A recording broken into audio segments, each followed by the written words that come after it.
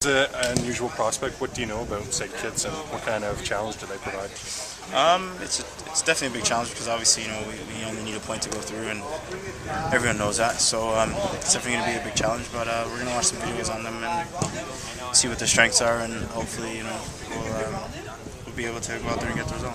What's the mood like amongst the boys? Confident? Or? Yeah, very good. Everyone knows what we need and what's necessary. So we're confident. We just come off the back of the build-up games to this. We're very good, and we've gone from strength to strength. So the mood's very good.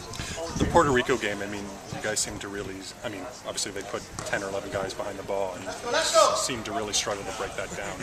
What has Steven sort of said going forward? How do you what do you do against teams like that when they do that, take that defensive stature?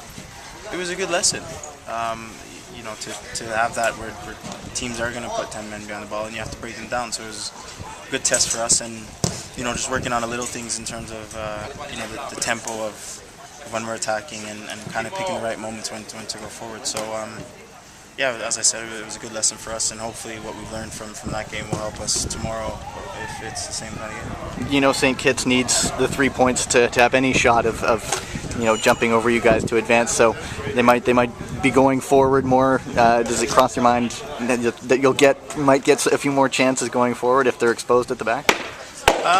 You do look at that.